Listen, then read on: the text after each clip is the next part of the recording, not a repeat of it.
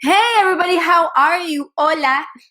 I have to say hola. It's Fabi Paolini here, brand strategist and web designer, the creator of this group. I'm so happy to be here today and to be sharing with you a topic that I find really, really, really fundamental and so important to every single one of us as online business owners and as entrepreneurs and people in general.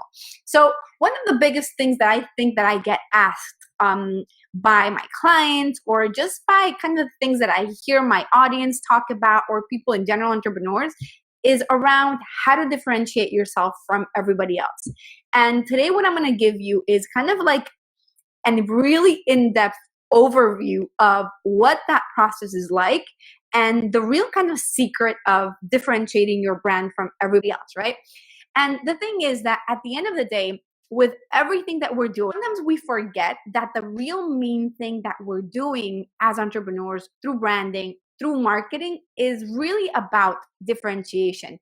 Without differentiation, we are nothing. Really, we are nothing. Because at the end of the day, it's about the survival of your business. It's about making sure that people are seeing you, are understanding what makes you different and understanding why they need to work with you. No matter if you are an online service business or you're not, if you are starting out, you've been around for years, it doesn't matter what your scenario is. It really is fundamental for you to be able to differentiate yourself from everybody else, because fortunately or unfortunately, depending on the way that you see it, the world that we live in is freaking full of competition, right? Like absolutely and 100% full of competition everywhere. There's people popping up everywhere, people that watch a quick little YouTube video on how to do something and they're suddenly an expert.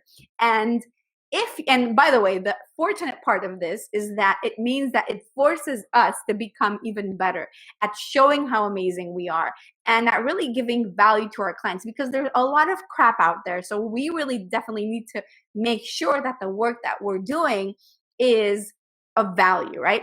But also, unfortunately, that means that you have to kind of move through that muck, move through all of that stuff to really sort of prove yourself and show how incredible you are. At the end of the day, the barrier to entry to almost any business out there is really, really low today because of how information and social media and technology has taken over the world, which I actually really think it's a good thing.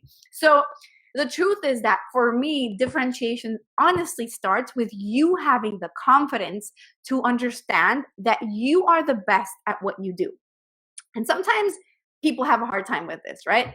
I know that a lot of people have a hard time with this actually, because it's kind of this idea of having confidence in thinking that you are the best is kind of tough. And let me know in the comments if you kind of think that that's a little bit tough, of you saying like, oh, I am the best. I am the best coach there is. I am the best advisor. I am the best in marketing of the whole freaking world. That's a little bit tough. And one of the exercises that I have my clients do actually is we build out what I call the brand manifesto, where we kind of go through everything around. It's kind of like a summary of who they are and what they do. And at the end of the manifesto, I have them write, I am the best business coach there is in the world, and nobody else does this the way that I do it. And usually my clients have like a little bit of resistance around it. They're like, at first they're like, Fabi, but I feel so weird saying, oh my God, I am the best. Maria Luz has no problem with it because she is the best darn coach in the world, by the way.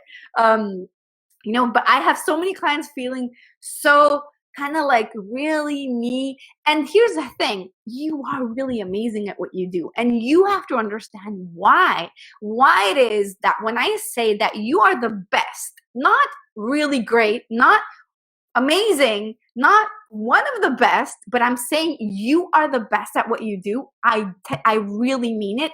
And the thing is that you have to mean it as well, because when you have that level of confidence in the work that you're doing, what's going to happen is that you're going to attract the right people in.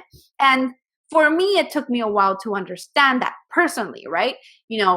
At first I would constantly compare myself to other people. I would look at, people that were my competition. I don't really believe in competition anymore, honestly, because there's enough people for everybody and enough problems in the world that need to be solved. So anyways, but I would look at these people and be like, oh my God, this person is doing this thing, or person is charging that, or this is the client that she has, or this is the person that, this is how he does it. And I would constantly compare myself and feel so small.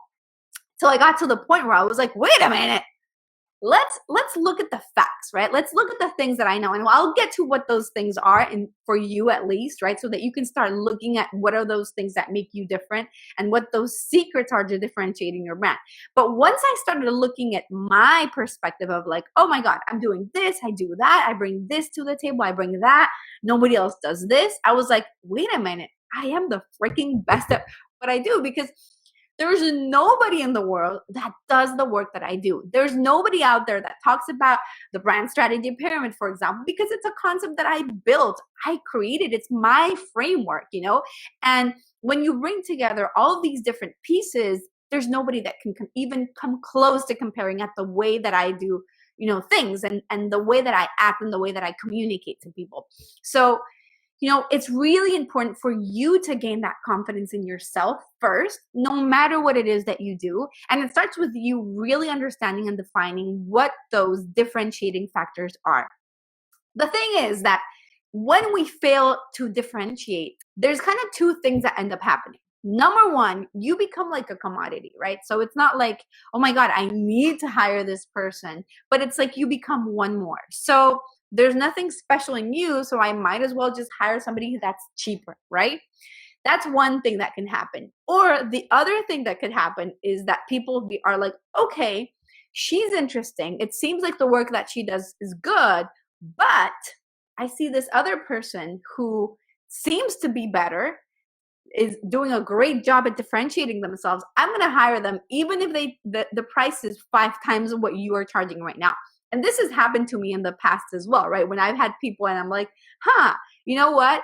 When I would, especially at first when I was failing to differentiate myself, I would have people say no to me. And then I would see that they hired another coach who was 3 times more expensive and that offered a lot less value than the value that I offered. And I was like, what is going on? So that's when I understood, like, wait a minute, obviously there's something off with my own communication. I'm not doing a good job with differentiating myself. I mean, listen, how many of you have seen this big hype around some sort of program or service or person out there, and everybody's talking about how wonderful this person is and how incredible their service is. And when you really look at it, even if you haven't bought the program, but you look at that program and you compare it to yours, you're like, mine is so much better. Like, this is amazing. I mean, I've had this happen to me, for example, with Breakthrough Brand, which is my 8-week program, right? I've had students come on and say, oh my God, this program is so much better than this other huge one, like massive one out there, but yours is so much better. And it's about really making sure that you understand, like, okay, I need to do a really great job at differentiating myself, at making people understand that the value that I offer is insanely great. All right, so now that we kind of cleared out why you need to differentiate yourself, let's talk about how to do it, or what are the keys for you to really do it. Let's say it that way, right? And the way that I do it with my own clients is by focusing on 6 different aspects. I wrote them down because I always mess them up and I always kind of like mix them, but I'm going to say it correctly so I don't forget. So I call these the 6 S's of singularity. So these are the 6 elements or 6 things or 6, I don't even know what I'm saying anymore. Kind of things that when you bring together, it really makes you who you are. Now, obviously, this is, a part of it. There's at the end of, well, I'll talk about this later. All right. Okay. So let's start with the first one, actually. I'll get into what I was going to say in a moment, but let's get into the first thing. The first S or singularity is stories, right? And stories, I mean, we've all heard about how important your brand story is and making sure that you understand what it is that makes you different and how you can bring these things to the table. But sometimes we forget to sit down and look at them and how important they are for your business and for what you're doing. And I'll give you a couple of examples that are personally, important to me and things that I feel like have been a really big factor in the way that I do business. One of the things that makes me in particular different is the fact that, or one of the stories is the fact that I had to rebuild my business from scratch. I don't know if you've heard the story, but I'm from Venezuela originally. I moved to the US, had to relaunch my business, had to rebuild everything, new clients, new everything. I had zero network, zero, contacts or database or email list. I had done all my business had been built on word of mouth locally in the local Venezuelan coin, which is bolivares, which kind of sucks right now. So it meant that when I moved to the US, it really limited my options completely. I had to restart everything. And the part of that story that is really powerful, or that I believe is really powerful, is the fact that I did all of it literally with my baby on my lap. So I would literally sit down right here where I am right now. I had one of these like boppy pillows, and well, if you're not a mom, you don't know what that is, but it's a pillow for your baby, like for breastfeeding. And I would sit down on the computer, like literally breastfeeding or having her sleep on my lap, or like me working like this. Fortunately, she's in preschool now, so we don't have to suffer this anymore. But I would be working like this, like side here, and she would be on my lap watching YouTube videos or coloring or doing things. And that's the way that I built my business to multiple six figures, like literally with my daughter on my lap most of the time until she was about a year and a half old. So my point of sharing with you this story right now is that it's to me, this is a story that is very common, right? Actually, Cassie, who is watching this, is somebody that understands it. She has 3 kids. Every time we talk, she's a client of mine. Every time we talk, she has her baby on her lap as well.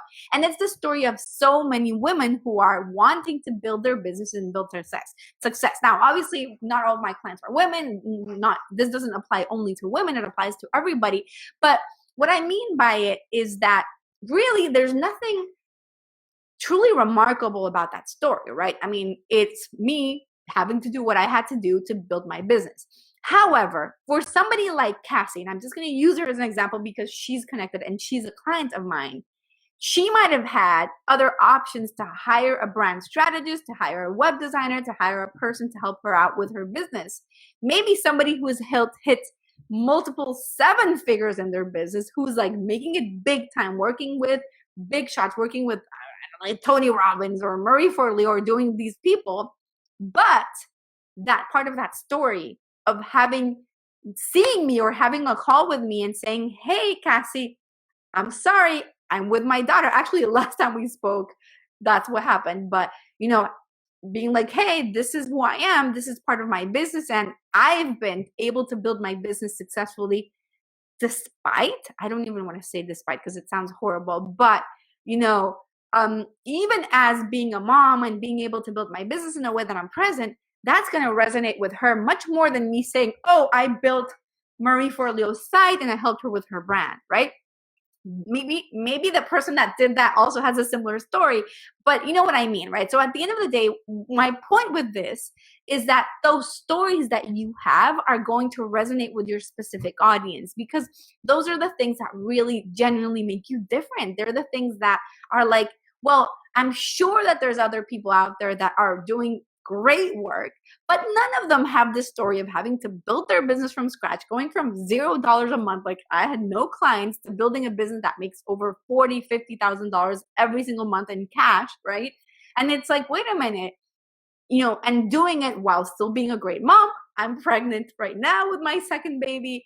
And that's going to resonate much more with my audience than the other part, like than just me being like, oh, I'm a big shot here and I'm doing this and that.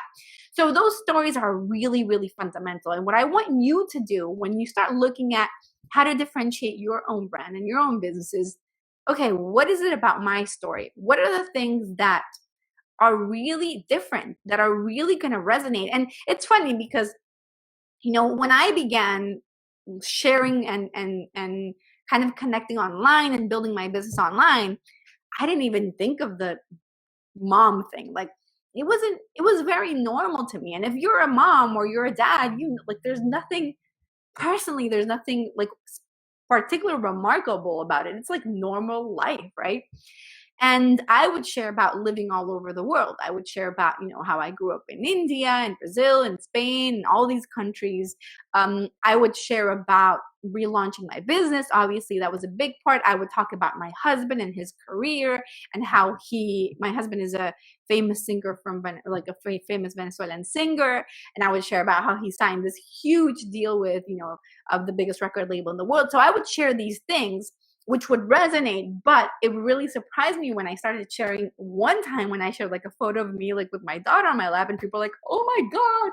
And I'm like, what is this? So sometimes we don't know what's going to resonate, but it's about looking at all these stories and really digging deep to kind of uncover what those truths are that really make you different. So that first S of singularity, the first thing that makes you different, the first way to differentiate your brand are your stories, right? So you want to think about, what are people going to connect to, right? All right. The second thing is what I call successes, right? The second S of singularity is what I call successes. So you want to think about what your biggest successes are. And these might be things that you personally have achieved or that your clients have achieved, right? And these are things that could definitely help as well in terms of differentiating yourself. For example, me being able to say that currently I hit $40,000 to $50,000 cash every single month for the past like 5 or 6 months in my business, like clockwork, easy, right? But the great part about this is that I work only about until 3 p.m. That's it. And then from 3 p.m. on, Monday through Thursday, I work until 3 p.m. 3 p.m. I would pick up my daughter from school, and then I take off the afternoon and play with her and hang out with her. And I'm still able to hit these numbers. So for me, that's success. And it's not really just about the money. It's about me being able to build a business that's successful while at the same time having a life, which is really important to me. Like being able to be there for my family is really fundamental for me. And I talked about this in another video last time, I think. So what are those personal successes that you have achieved? And, what are those things that you are like, damn, I'm so proud of myself for doing this, And in my case in particular, what I do for myself is exactly what I teach my clients. So it works really, really well because when I talk about personal successes, it works amazing in terms of my client successes because I've had clients with incredible success. I have clients making $25,000 a month every single month where we're building their brand, we're building their messaging, we're designing everything, we're looking at their marketing strategy, and we're bringing it all together. So looking at, okay, what are these success stories that I have that make me different, right? My personal ones and the ones that my clients have achieved, no matter what it is that they're doing. Like I said, I have clients that are literally starting out and they're like, okay, I've been studying this for years, and I'm like ready to go. And I have no clue what to do. Help me. And I have clients who are like, okay, I'm a little bit more established and I'm ready to take my brand to the next level, right? So it's just really about seeing where I can help them and looking at the stories that are successful and sharing them as much as I can. So you want to look at what those success stories are for you. And it's likely, depending on what you do, but I would say that the majority of service-based entrepreneurs, depending on the service, but if you are some sort of coach or a consultant, you probably whatever it is that you teach your clients or help your clients with is something that you have personally been through or something that you have personally overcome yourself. So it means that success story is going to be dual, right? It's gonna work well. For example, with Maria de Luz, she is an NLP coach, a neuro-linguistic programming coach. And what she learned about fulfillment is something that she had to learn for herself first. So that means that she really understands her clients, and her personal success story translates to the success stories of her own clients as well.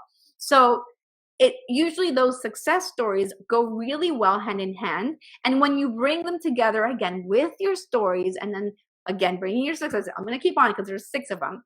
It really starts kind of putting up the shape of what makes you different. The third S of singularity, right? The third thing that makes you different is what I call skills, right? And regarding your skills, there's a lot of different ways to look at your skills.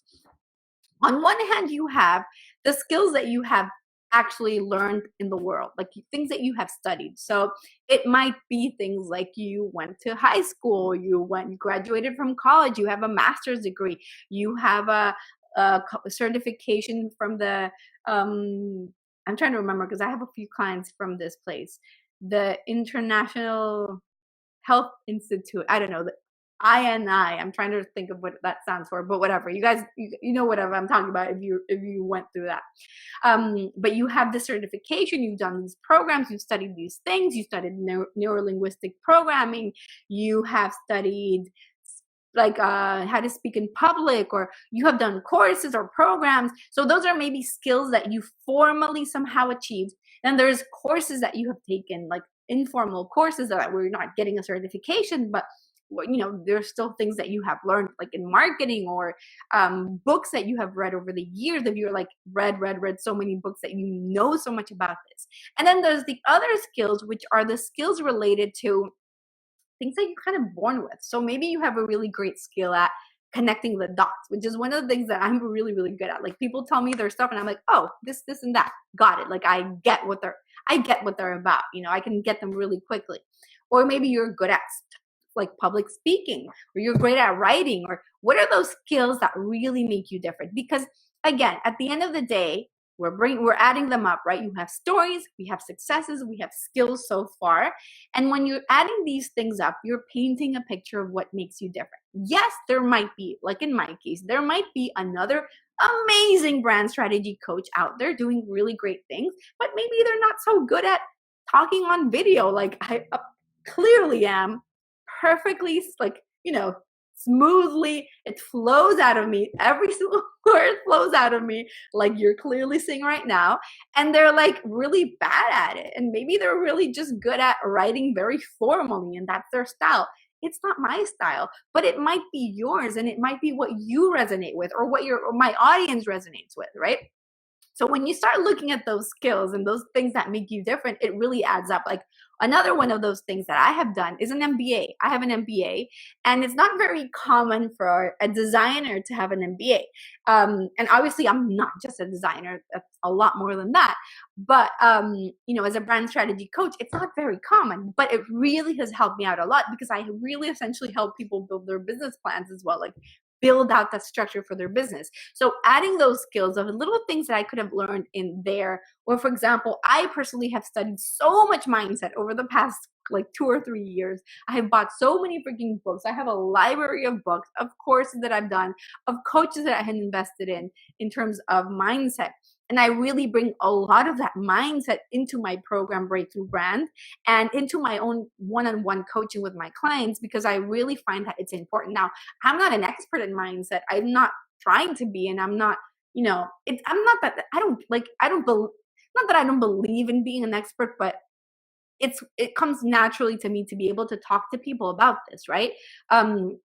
So I can bring that to the table, and it adds to the things that make me different, right? So why I want you to ask yourself, what are those skills that make you different, right? What are those things that when you add them up, they're like, man, Olga's so good at talking to people.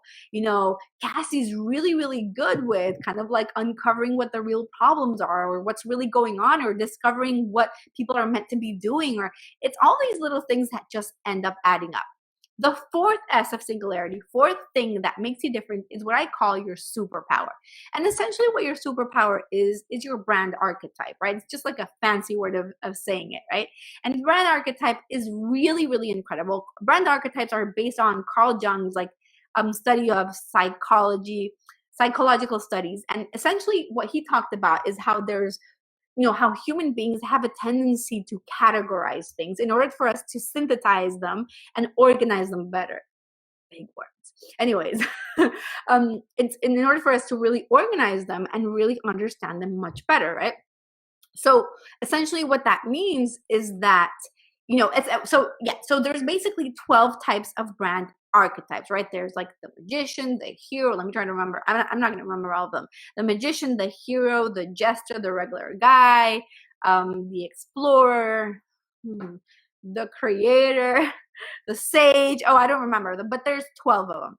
And it's essentially a way of describing things like, okay, what is your brand personality like, what your goals are, what your ultimate drive is, and how can you leverage that archetype, how can you leverage that brand personality that really makes you unique from everybody else. Because again, we're adding up pieces, right? We talked about stories, we talked about successes, we talked about skills, we're talking about superpowers now. So when you're adding all these pieces and building up this puzzle, it starts to make more and more sense of like, oh my God, I get exactly how I can use my archetype to make it different. Now, I would really recommend that you kind of look at what those 12 brand archetypes are and how they can really help you in terms of determining what's your strongest archetype. Okay, I'll tell you what they are just quickly. They are the innocent. So they're the innocent, the hero, the regular guy, the outlaw, the explorer, the ruler, the creator, the magician, the lover, the caregiver, the jester, the sage, and that's it, right? So those are the 12 brand personalities, and they have all different things like strategies that you use, and basically the way that people perceive who you are, right? How others perceive you as a brand. So it's really, really interesting. Definitely check out that article. It's really, really good. It's kind of long, but it's really good. So anyways, the fifth S of singularity is what I call your steps. And actually, this is one of my favorite things to work on. I focus on this. I think that this is probably one of the things that I'm best at with my clients. One of the things that I focus on the most with my clients. Now, what I call the steps is essentially your framework, right? Where you're building something, a way to help your clients achieve results in a manner that is completely unique from everybody else. So essentially, if you're looking at, okay, what are the stories that I've had, the experience that I've had in my life? What are my success stories?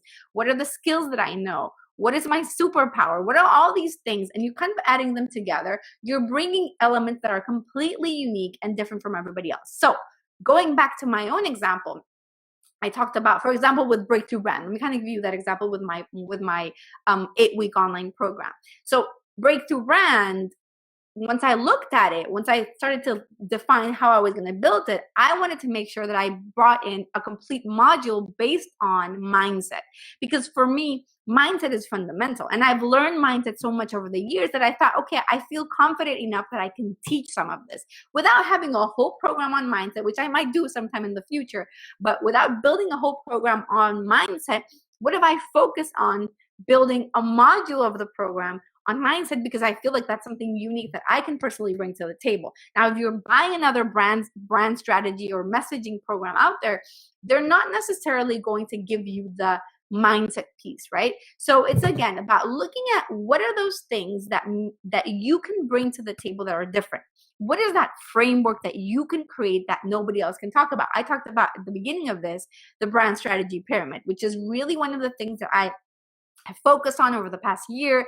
And it is a concept, a framework that I built. I created it, right? And it really makes sense for me, and it really makes sense for my clients. And it has really been the key to my own success. So it is what I teach, and nobody